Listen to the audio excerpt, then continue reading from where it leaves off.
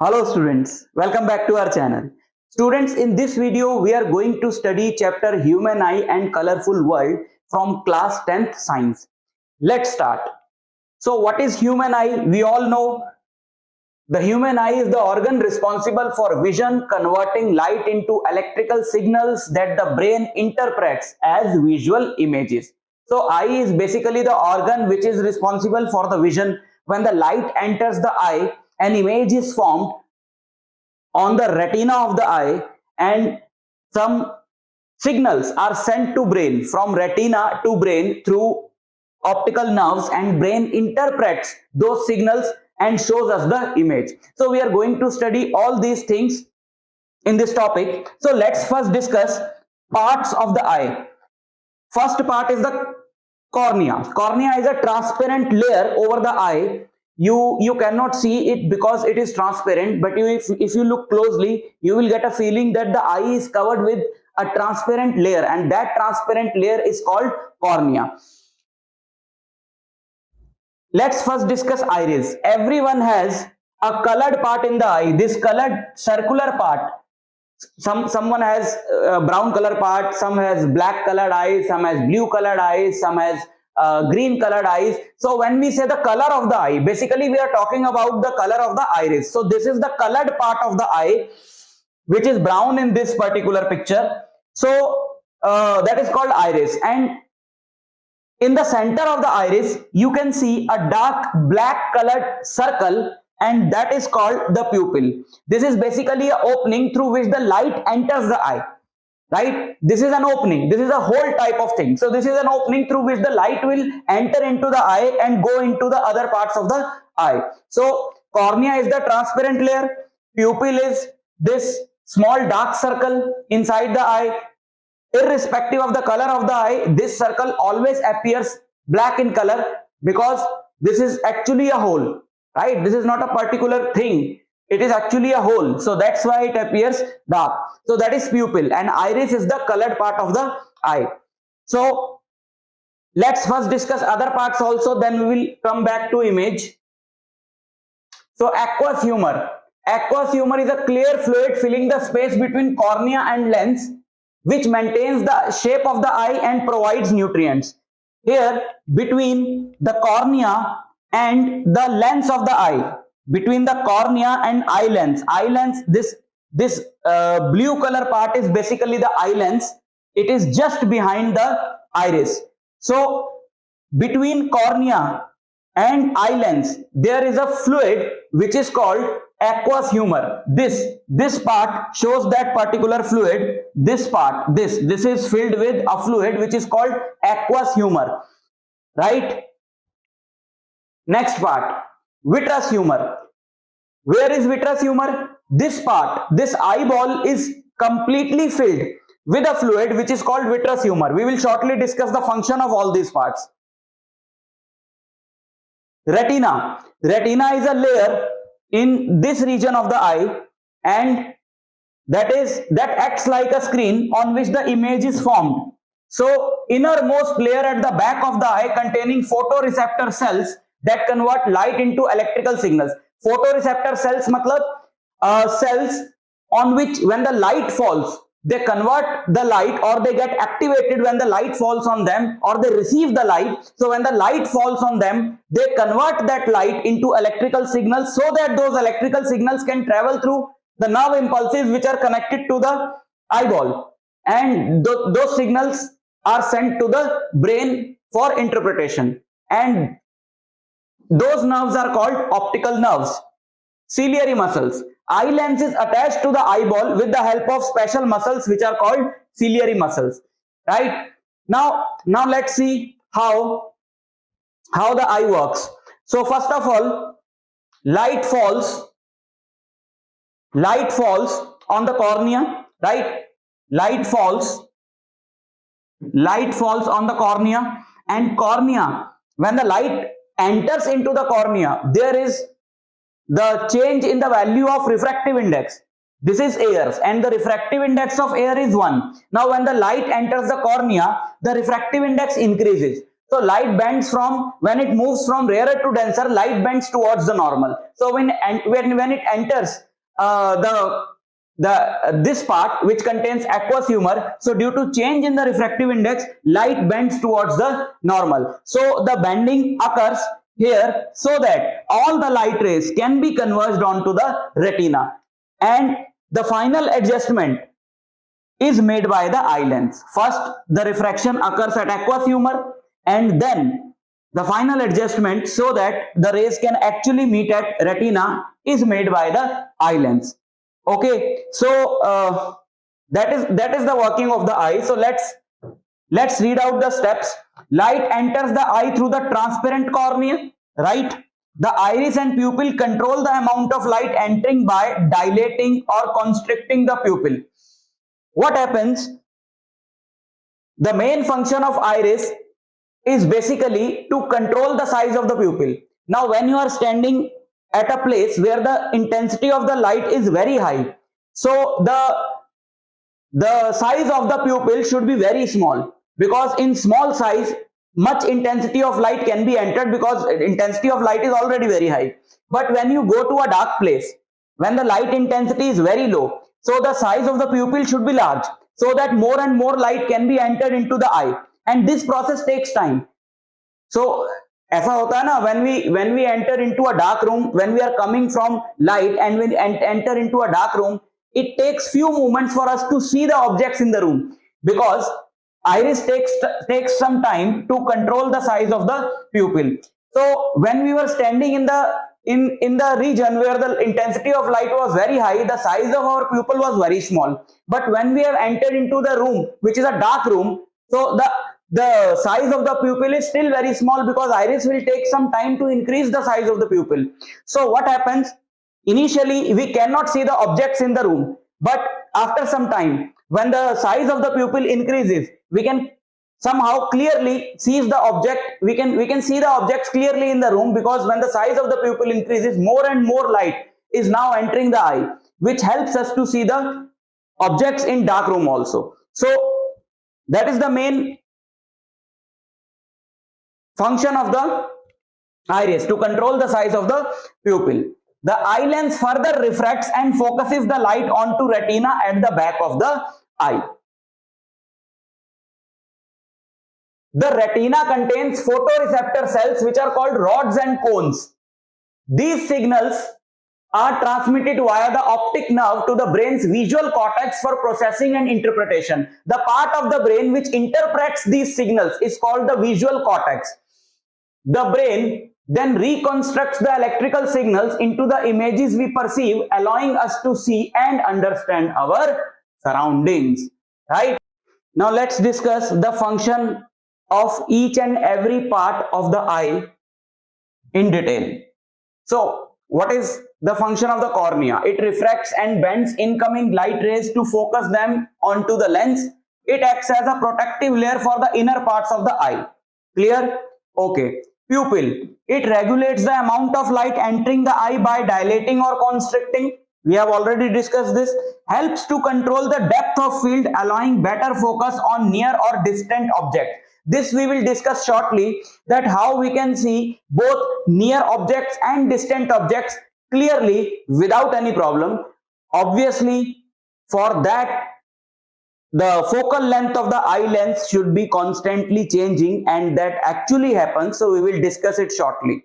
Iris. Iris controls the size of the pupil based on the intensity of light, protecting the retina from excessive light exposure, and it gives eye its characteristic color. So iris is also responsible for the color. Eye lens. It refracts light to further focus it onto the retina for clear vision. Eye lens helps light to further focus onto the retina, and it accommodates by changing its shape to focus on objects at different distances. This we will discuss shortly.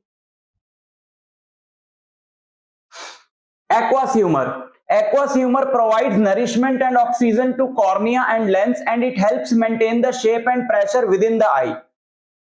Vitreous humor maintains the shape and structure of the eyeball. Just imagine that if this whole part is hollow, it is not filled with any fluid, or any material, then the eye will contract. So to maintain the shape of the eye lens, of the eyeball, vitreous humor is very important.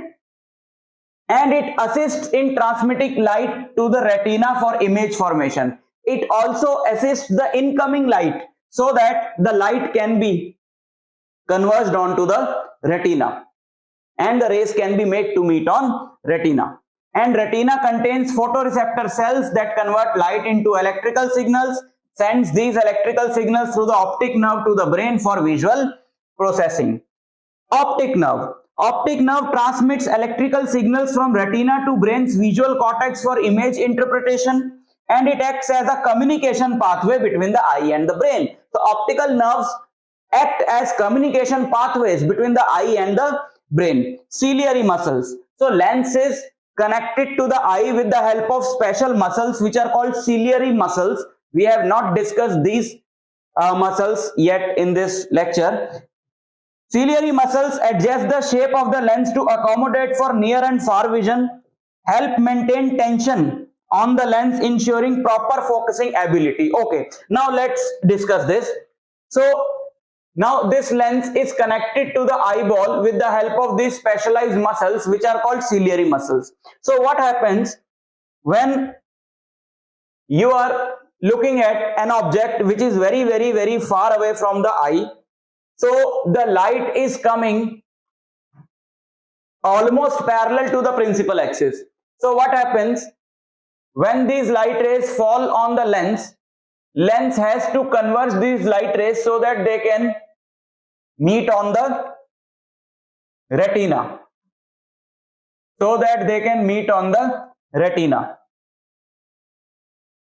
Right? But what happens when the object is placed very close to eye? Suppose an object is here which is very close to eye as compared to this object. So the light rays which are coming from this object, they will bend like this. So observe carefully the path of these light rays. The path of this light ray was this and the path of this light ray was this. So how much bending occurs in this case? This is the bending which occurs. This is the bending which occurs in this case and this is the bending which occurs in this case. But let's see the rays which were coming from infinity. The actual path of the rays was this and the bending is this. So more bending is required in case of the rays which are coming from the object which is placed very close to the eye. So for that, the power of the lens should be high when the object is placed nearer to the eye, and the power of the eye lens should be low when the object is placed far from the eye. So power is 1 upon f, or we can say that the focal length is 1 upon p. So power is inversely proportional to focal length. So for the objects which are placed nearer to the eye, power is more, so focal length is less, and for the objects which are placed far away from the eye, the power is less, so the focal length is more. So the eye lens is continuously adjusting its focal length so that it can look at both the objects which are placed nearer to the eye or which are placed farther from the eye, and the eye can see both these types of objects clearly. So how is this achieved? This is achieved with the help of ciliary muscles. Ciliary muscles make lens thin or thick by contracting or relaxing. When the ciliary muscles contract, they stretch the lens and the lens becomes thick. So why we need thickness of the lens? Because in this case, when the object is close to the eye, in this case more bending is required, and this is possible when light takes more time in passing through the lens, because if immediately medium changes, so there won't be much bending in the path of the light. So when the object is placed nearer to the eye, the ciliary muscles are in contracted form and the thickness of the lens is more. And when the object is very far from the eye, then the ciliary muscles are in relaxed form, lens is thin and focal length is, power is less, so focal length is more. That's why when you look at an object which is placed very close to your eye, you will feel a strain on your eye. So that is because the ciliary muscles are in contracted manner, so that the power of the lens can be increased. And when we are looking at object which is placed far away from the eye, then we can look at it in a relaxed mode. This is because the ciliary muscles are in relaxed form. So that is the working of the ciliary muscles. And that ability of the lens to adjust its focal length to look at the objects which are close to the eye or to look at the object which is far away from the eye, this ability of the lens to adjust its focal length is called power of accommodation, and this is done with the help of ciliary muscles. Power of accommodation. Eye lens is made up of fibrous jelly-like material. The curvature of the eye lens can be adjusted by ciliary muscles affecting its focal length. The ciliary muscles relaxation causes the lens to become thin, increases its focal length for clear distant vision. Contracting the ciliary muscles increases the lens curvature, making it thicker and reducing its focal length for clear nearby vision. The ability of the eye lens to adjust its focal length is called accommodation. The focal length cannot be decreased below a certain minimum limit. Yes, when the object is coming closer to the eye, the power is increasing. That means the focal length is decreasing. But there must be a certain limit to the decrease of the focal length, because focal length cannot be decreased beyond to a certain limit. That's why you cannot see objects clearly which are placed closer than 25 centimeter from your eye. And that distance, 25 centimeter, is called the least distance of distinct vision. Right? Because when the object is brought close to less than 25 centimeter from the eye lens says, yeah, I can increase the focal length up to this point only. Now I cannot, I can increase the power up to this point only. Now that is not my ability to increase the power beyond this particular value. So if you bring an object closer than 25 centimeter, you cannot see that object clearly. And that is called the least distance of distinct vision. Far point and near point of the vision. So near point is 25 centimeter. So object must be at least 25 centimeter away so that my eye can see the object clearly. That is called the near point of the eye. And what is the far point of the eye? Far point of a normal healthy human eye is 25 centimeter, because is infinity, sorry, near point is 25 centimeter, far point is infinity, because your eye can see up to infinite distance. That is the ability of the eye, and that is the beauty of the eye. So near point is 25 centimeter and far point is infinity. Cataract and vision loss. In old days, the eye's crystalline lens may become milky and cloudy, leading to cataract. In old age, what happens? Eye lens is made up of proteins. So with aging, the action of those proteins becomes less, so the eye lens becomes milky and cloudy, which leads to vision problems, and that problem is called cataract. Cataract causes partial or complete loss of vision. So what should we do? We should do a cataract surgery. Cataract surgery is viable option to restore vision for individual with cataract. The surgery involves removing the clouded lens and replacing it with an artificial lens. So the doctors remove the clouded lens from the eyes of such patients, and that clouded lens is replaced with an artificial lens, and the vision can be restored. Right? Next. Now let's discuss the defects of vision. First defect is called myopia. Myopia is also called nearsightedness. A person with myopic eye cannot see the near objects clearly, but far objects can be seen clearly. So in this kind of defect, what happens? The far point of the eye is not infinity. The far point has a value less than infinity. Now this is the far point of a myopic eye. This is a myopic eye and this is the far point of the myopic eye. Let's take a value for this. Let's say this distance of the far point is 20 meter. So this person can see objects clearly up to 20 meter only. If any object is kept beyond 20 meter, this person cannot see the object clearly. Why?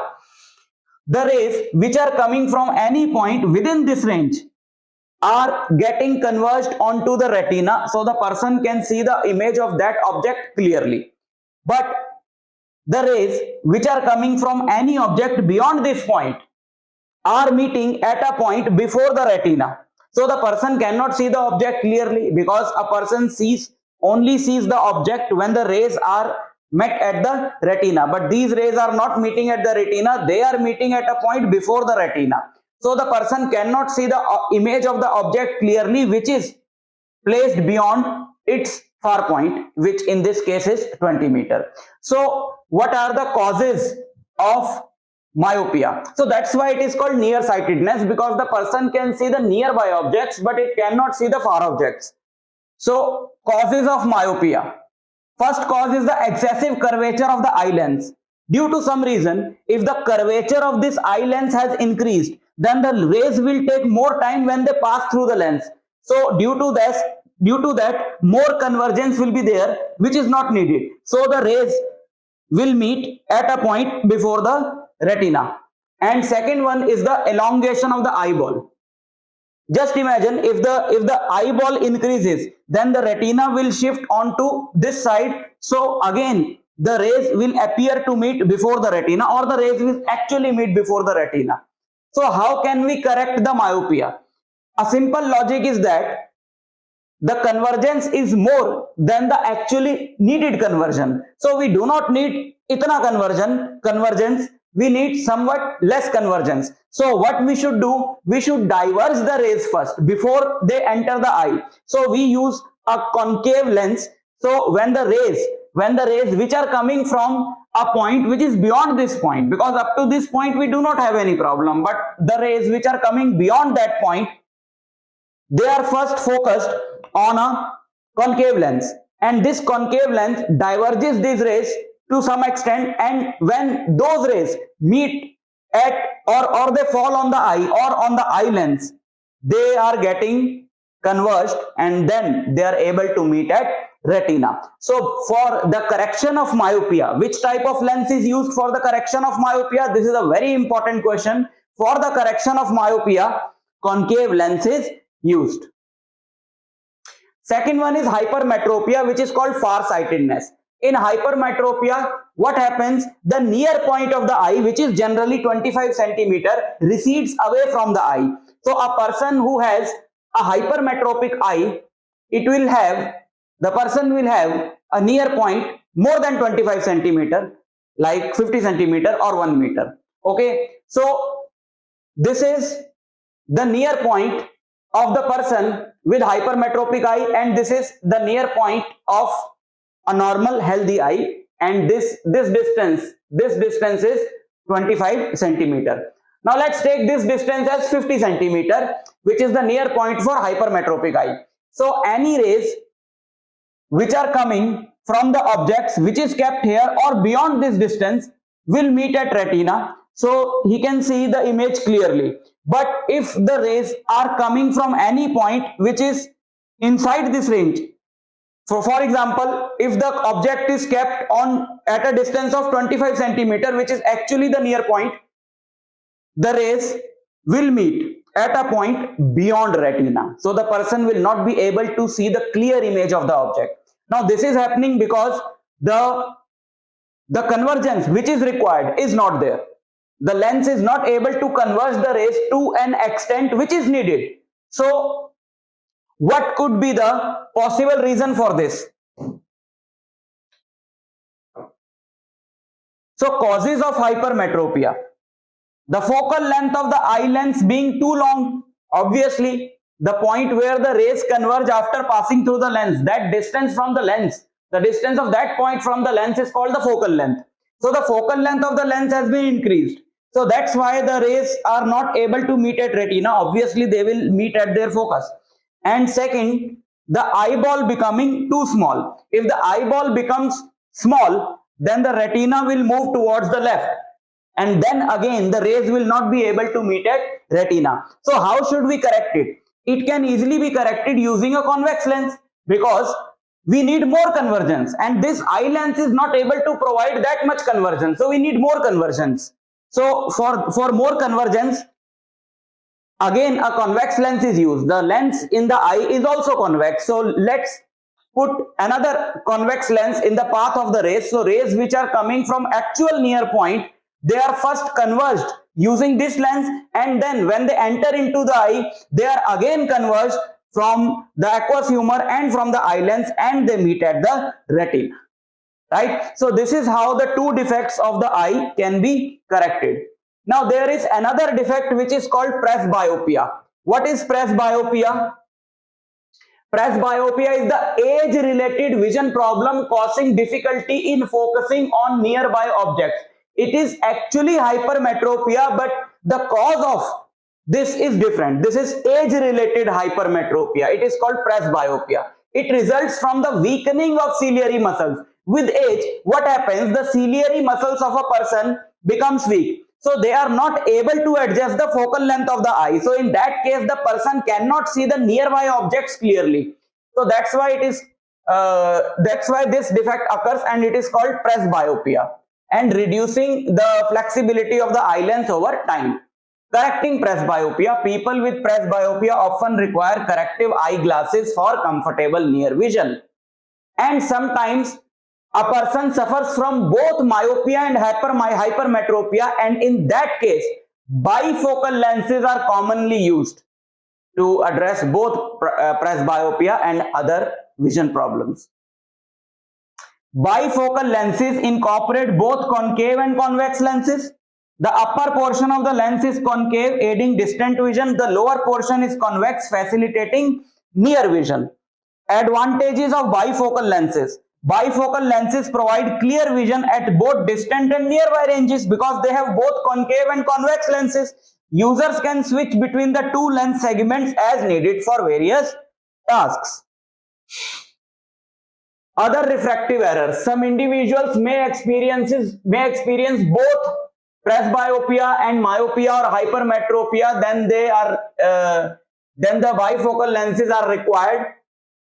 What are the other solutions? Alternative solutions. Apart from eyeglasses, people can opt for contact lenses or surgical interventions to correct refractive defects. So there are contact lenses also, or there are surgeries also that are used to correct the defects in vision.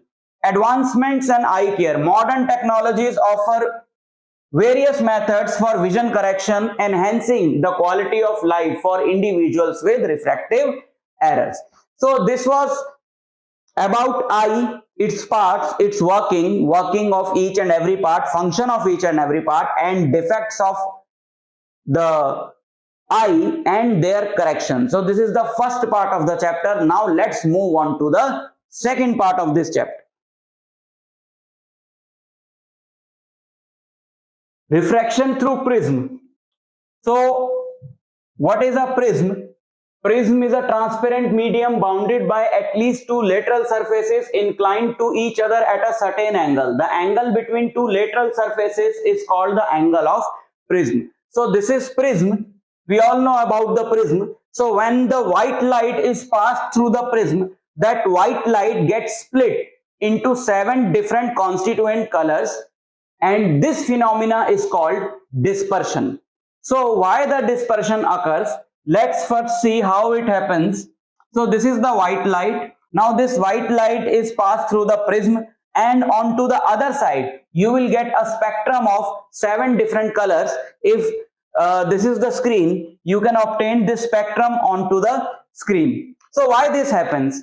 Let's first discuss about the angle of deviation. Only then we will able to understand why this splitting is occurring when the light is passed through the prism. So what is angle of deviation? Now let's take one light ray which is coming like this, and now when the medium changes, it goes from air to glass, so it goes from rarer medium to denser medium. So when light goes from rarer medium to denser medium, the light bends towards the normal. So let's make normal on this face, and this is the normal.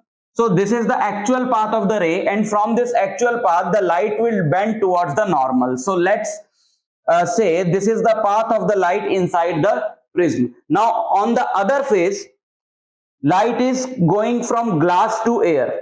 So again the medium is changing, but now it is going from denser medium to rarer medium. So when the light goes from denser medium to rarer medium, bending occurs away from the normal. So if we draw a normal here also, the bending will occur like this, away from the normal. So the actual path of the ray which was entering the prism was this, and the actual path of the rays which is leaving the prism is this. So this is the bending that has occurred due to the presence of prism between the path of the light rays. This is the bending which occurred due to the presence of this prism between the path of the light rays, and this is called angle of deviation. This is called angle of deviation. And since angle of deviation depends on the wavelength of the light, yes, the property which is shown by the light for its wavelength, that is the color of the light. Why green colored light is different from red colored light, or the blue colored light is different from green colored light? Just because their wavelengths are different. So white light is composed of 7 different types of wavelengths. White light is composed of 7 different types of light, and each of them has a different wavelength. That's why they have different colors. And since the angle of deviation depends on the wavelength, so when this light enters through the prism, all the colors deviate through different angles. So that's why they take different paths when they are coming out of the prism. And we can see a spectrum of these 7 colors: Vibgyor, violet, indigo, blue, green, yellow, orange and red. But keep in mind one thing, that the angle of deviation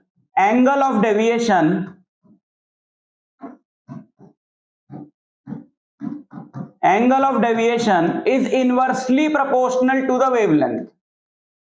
Angle of deviation is inversely proportional to wavelength.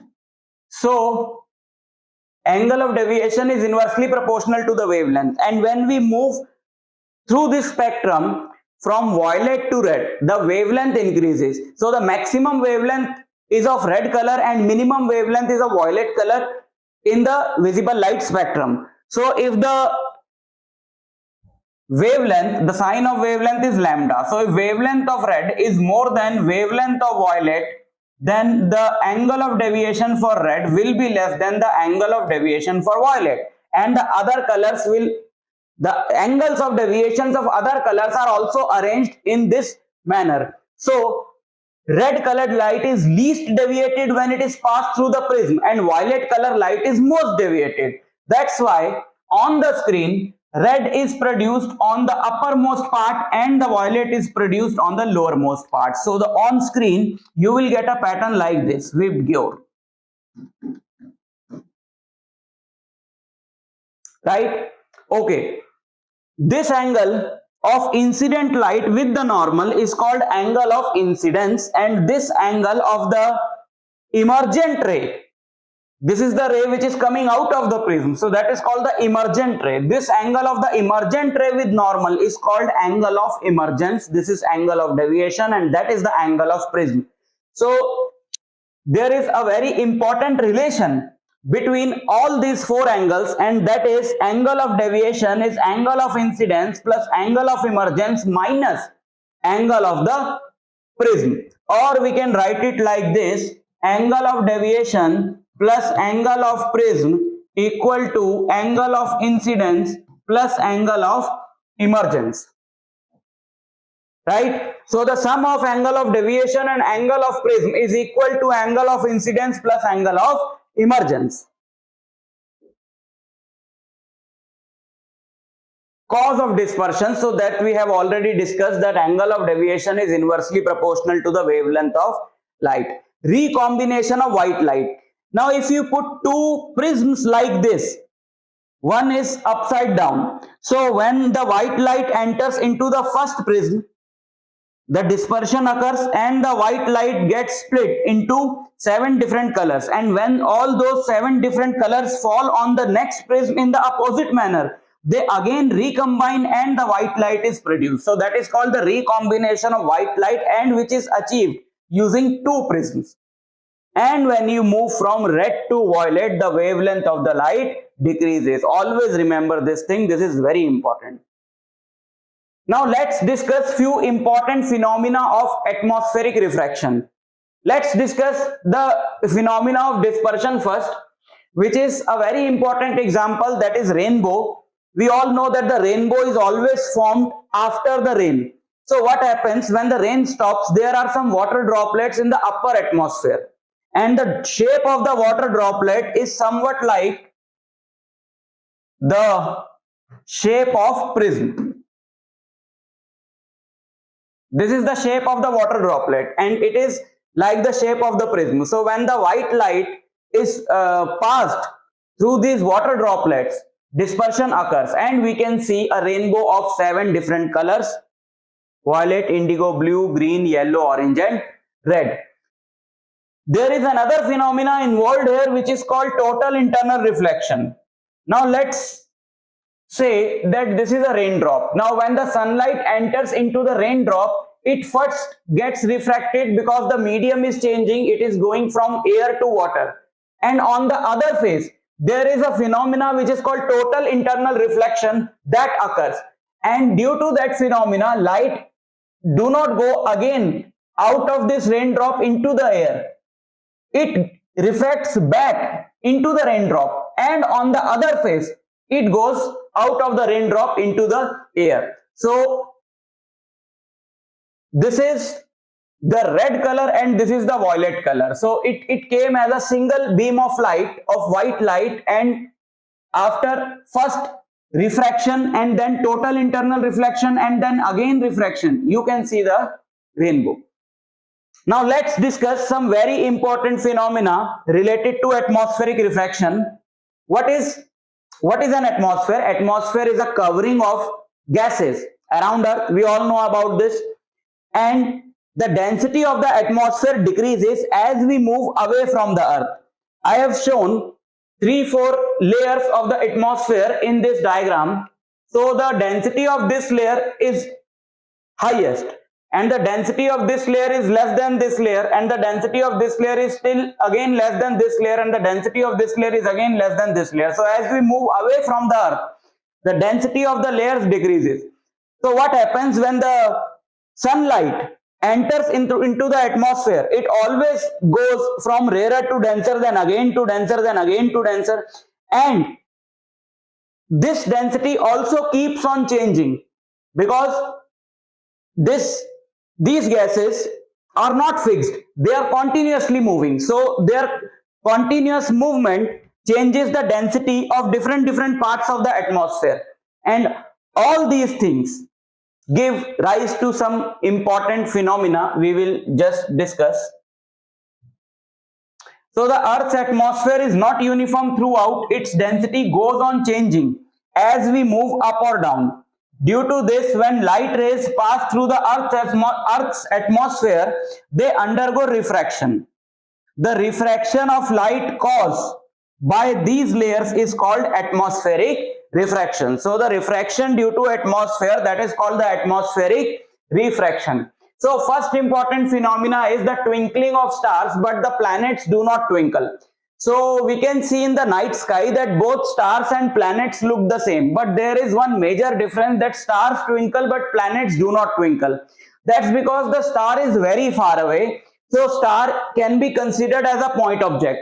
And when the light coming from that point object passes through the various layers of the atmosphere, the density of those layers keeps on changing. So there is a flickering in the intensity of the light of the star which is coming onto our eye. That's why we can see the twinkling effect.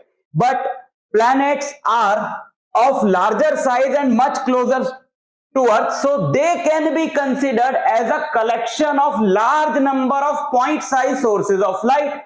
The total variation in the amount of light entering our eye from all the individual point size sources will average out to be zero and nullifying the twinkling effect of each other. Therefore, planets do not twinkle. So planets are very close to Earth as compared to stars. The size of the planet is larger as compared to the star. So planets can be considered as a collection of point size sources. Star is a single point size source, but the planet can be considered as a collection of point size sources.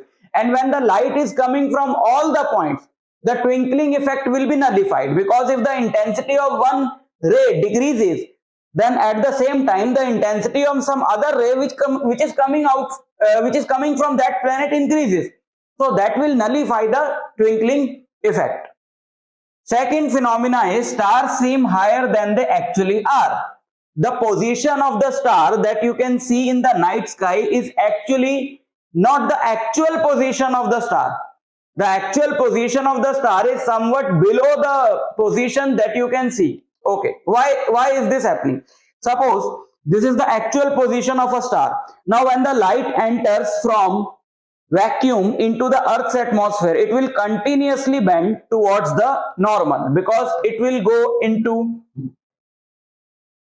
the dense, the more dense and the more dense layer. So it will bend like this, then this, then this. So a person who is standing here, one of the properties of the eye is that it cannot see the bending of the light, right? It cannot catch the bending of the light. So if finally the light is entering into the eye of the person who is standing here from this direction, so his eye will see this object in this direction only, which is actually this direction, which is higher than the actual position of this star. So let me read it out for you. As light from star enters Earth's atmosphere, it undergoes refraction and bend towards the normal, each time due to atmospheric refraction. Therefore, the apparent position of the star is slightly different from its actual position. The stars appear to be slightly higher than its actual position when viewed near the horizon.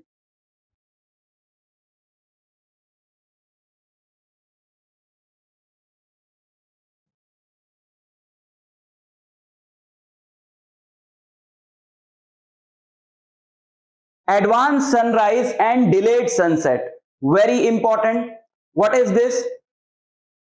The sun is visible to us 2 minutes before the actual sunrise and about 2 minutes after the actual sunset.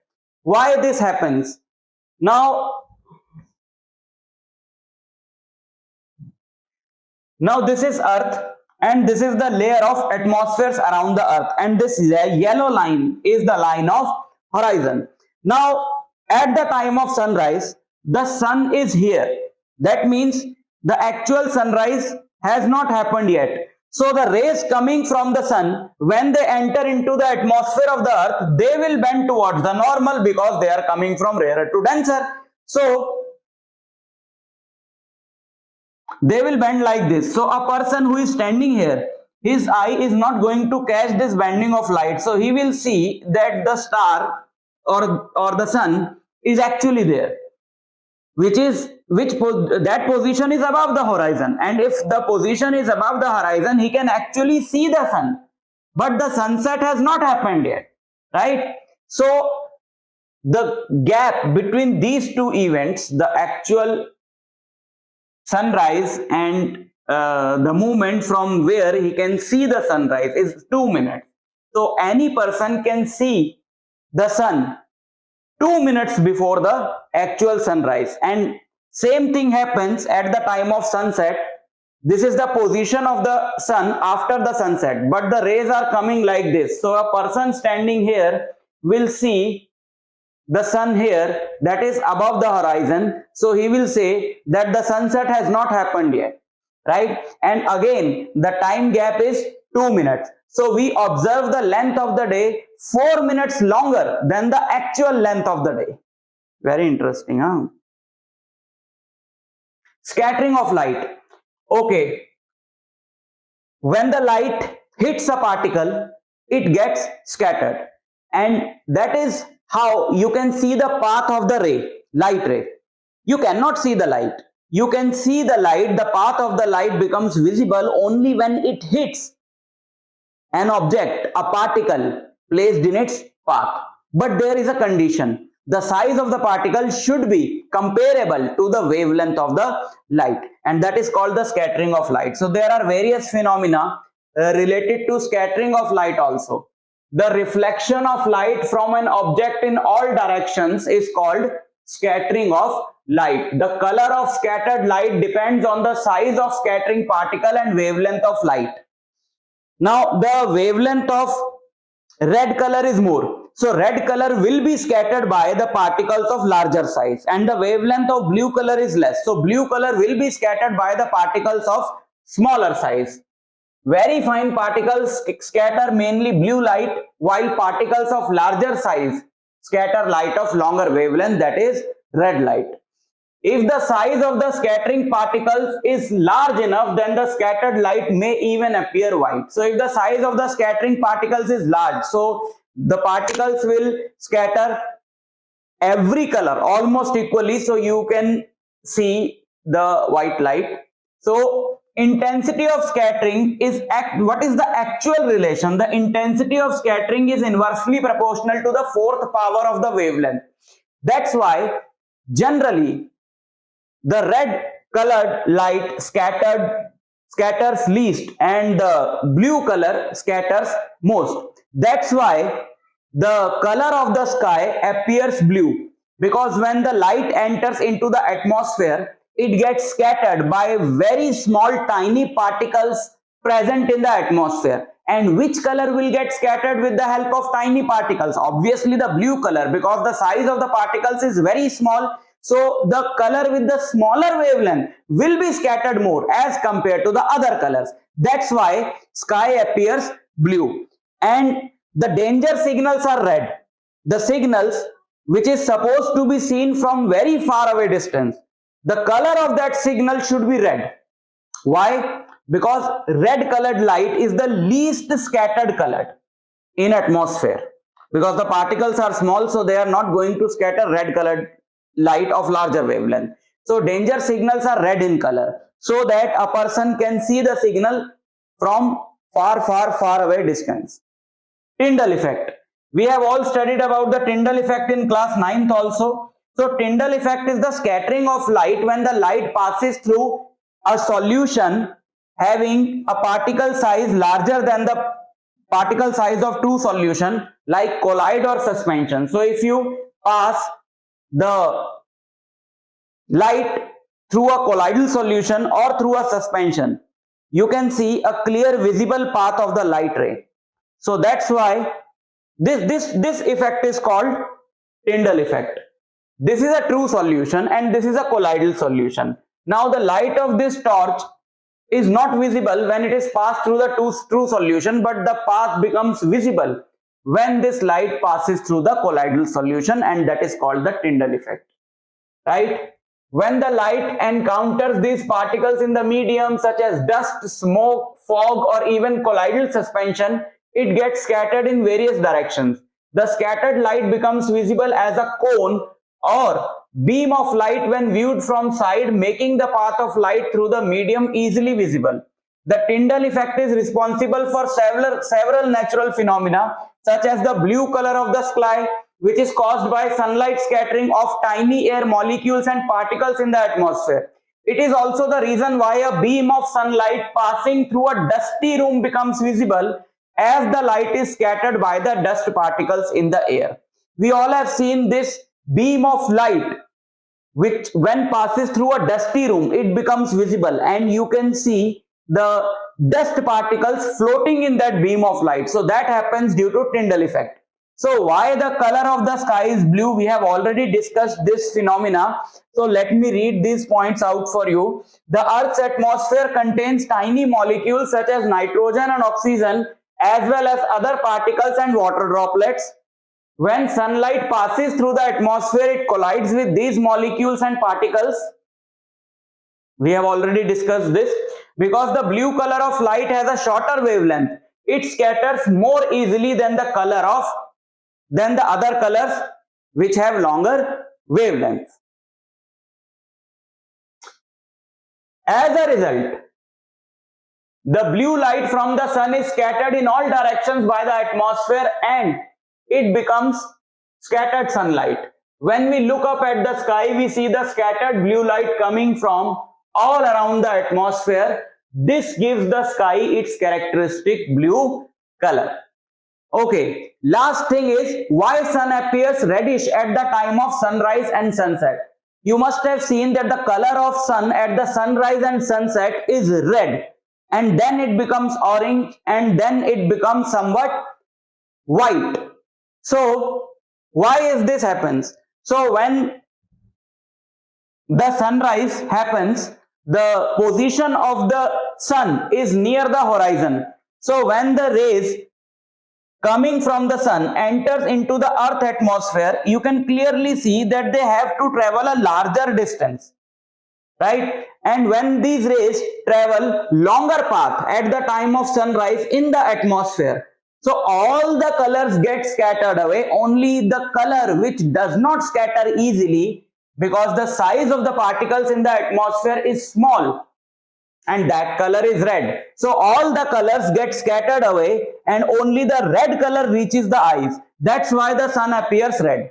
But when the position of the sun is like this, sun is suppose here. So what happens? The rays travel somewhat a smaller distance in the atmosphere. As compared to this length is small. So in VIBGYOR,